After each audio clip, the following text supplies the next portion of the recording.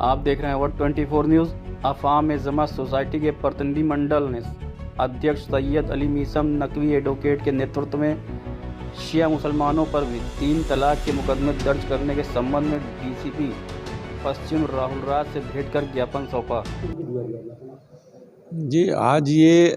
फाहमिदा society ने 3 तलाक के मुद्दे पर एक ज्ञापन दिया है, जिनका ये कहना है कि मात्र 3 तलाक कह देने से जो है ये जो तलाक हो जाता है, इससे एक विसंगति फैलती है समाज में, और इसको इस रूप में न लिया जाए। और जो केसेस भी इस संबंध में दर्ज हों या जो भी इसमें इन्वेस्टिगेशन हो, वो प्रॉपर तरीके से किया जाए।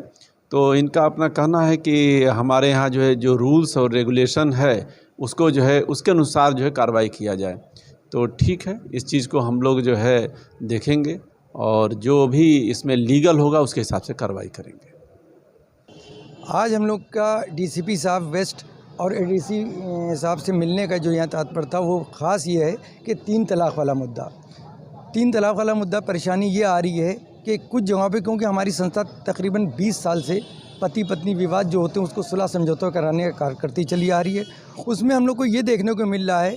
कि जो 3 तलाक वाला कानून 2019 में लागू हुआ, हम लोग उसकी यानी कि तहे दिल से उसका यानी खैर मकदम करते हैं, लेकिन उसके अंदर एक परेशानी ये आ रही है कि शिया मुसलमानों के अंदर कहीं कहीं पे एफआईआर हुई, जिसकी कॉपी मेरे पास मौजूद है, जिसमें 3 तलाक होते ही नहीं शियों में, तो उसमें वो 3 तलाक वाला कानून पे लागू कर दिया गया और उसको जेल भेज दिया गया है। तो उसी मसले में हम लोग यहाँ पर आए कि हम लोग अवगत करा सकें कि 3 तलाक वाला मसला है क्या। इसी सिलसिले में हमने जो पीड़ित परिवार था जो उत्तराखंड से आया हुआ था उसको मैंने बुलाया और हम लोगों ने यहाँ के जो चेयरमैन हैं ऑल इंडिया शिया पर्सनल लॉ बोर्ड के, उनसे भेंट वार्ता के लिए पत्र लिखा और उनसे मुलाकात की। उसमें वो पीड़ित पक्ष भी जो था हम लोग के साथ में गया, तो उसमें हम लोगों ने उनसे ये कहा, चेयरमैन साहब से ऑल इंडिया शिया पर्सनल लॉ बोर्ड के, कि हम लोग ये चाहते हैं कि आप 3 तलाक वाले मसले पर हम लोगों को लिखित शरई हल बताएं कि इसका क्या है। तो उन्हीं ने हमारी संस्था को अवगत कराया पत्र द्वारा कि 3 तलाक वाला मसला शिया मुसलमानों में नहीं है, और अगर किसी सूरत से 3 तलाक हो भी जाता है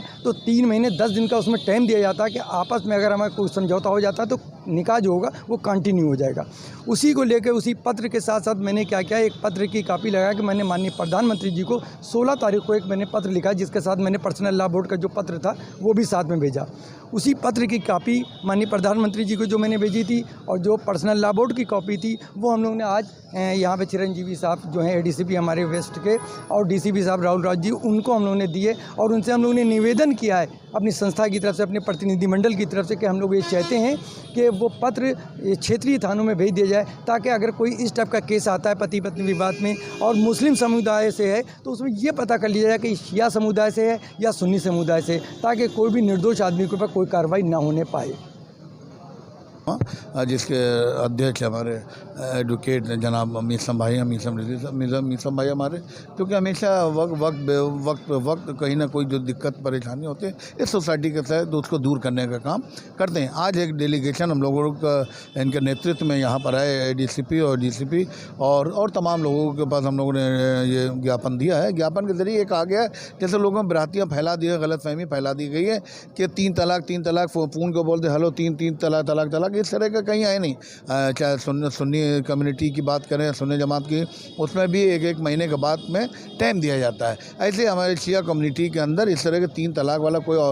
कॉन्सेप्ट है नहीं, क्योंकि कभी कभी जो एफआईआर जो हो जाती हैं वो 3 तलाक के ही तय मुद्दे के ऊपर एफआईआर हो जाती हैं। तो हम लोग का प्रयास हमेशा ये रहा कि जो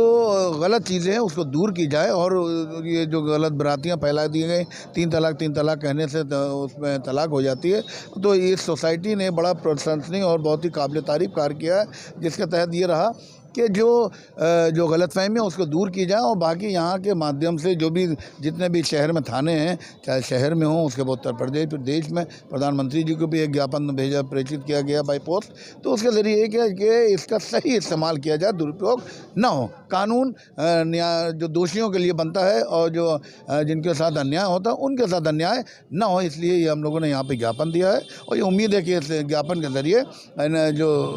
जिनको इंसाफ पसंद जो लोग हैं वो पसंद करेंगे, उनको इंसाफ मिलेगा, और जो दोषी उनको दोषी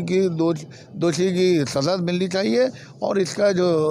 सबसे मुख्य रूप से मीसम भाई ने बहुत ही प्रशंसनीय कार्य किया है इस माध्यम से कि एक समाज में जो गलतफहमी है, दूषितपन है, इसको दूर करने का प्रयास किया गया है।